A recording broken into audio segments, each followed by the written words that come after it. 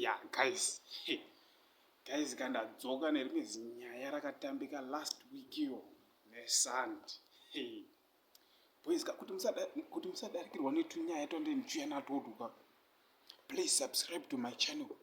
Mubva mabaya kachibhera kaya kanotification bhera kaya kuti musadarikirwa nezvimwe zvinyuwani zvandeichikanda pamuri timu rangu. Musadarikirwa nazvo. Saka guys, yakatambika ndekudai umu. Yeah. Ndipinde munyaya yangu manje. Ndakati ndakachila zvangu papa. Chila pageto pa10. Ndakamirira live show yamaititi yaya. YekuNesh TV yaya. Apa ndaisina kana data boys, ndisina kana bando. Kati asanonderipa. Ndobva ndaenda pamashopu papa. Kwadzadza kutokwana kadza atova kuzvi 8 papa. Ndaenda pamashopu papa. Ndakati pane imwe shopu ine wifi maona ndikati ngopocha wifi. Muiziva timu rangu iye kuti tine chipota wifi kana ndisina bando iye. Yeah, ndasvika papa. Live yakuda kutanga papa. Mahobho atouya papa, security guard wepo. Wapana imi vaipo chichi munozototibira panapa munzwisiki wapana imi vaipo ine kudzimba kwenyu. Akatoona kuti mawana yatanga manje timu rangu.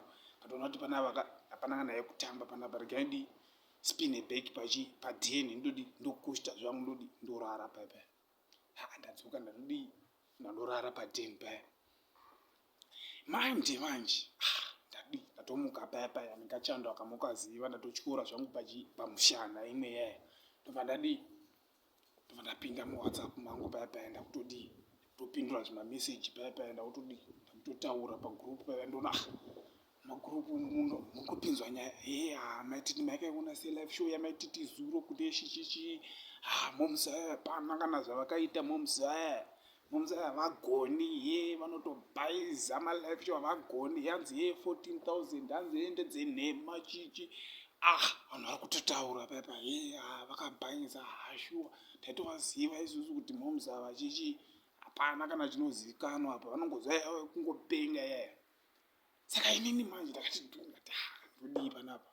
Kati boys ina ndakuona show iyi handakuiona because ndandisina kana bando. Ndakatodzingwa kuwifi kwandandadi ndaenda ndichida kuona show. Ndakabva ndaratidzwa show iya. Boys handinokunyepera guys rangu. Momsaya vakanyanya. Momsaya vanoimba. Ndakanzokiona yose kubva ichitanga kusvika yapera. Momsaya vakanyanya vanoimbisa. Momsaya vanonzi maititi vaya. Live show chiti. Ndona maviewers 14,000. Aikuita kumwaya kuti kweche. Malove nemalikes. Ndikati ya. Momsi vakaipirwa ende momsi vakanyanya. Saka pfungwa yakazouya mupfungwa mangu manje. Ndekuti ukaita chakanaka ka guys rangu. Hapashaikwa nokushora.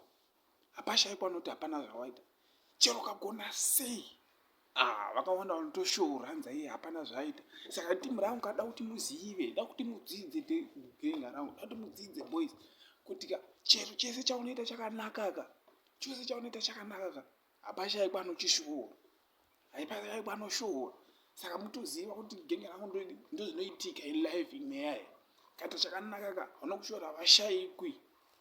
Saka timu rangu da kuti comment section munyore ikoko muzviona kuti munozviona sei kuti kana munhu aita chakanaka vanhu vanomushora kuti hanzi hapana kana chaita. Da kuti munyore mani. Iripo timu rangu.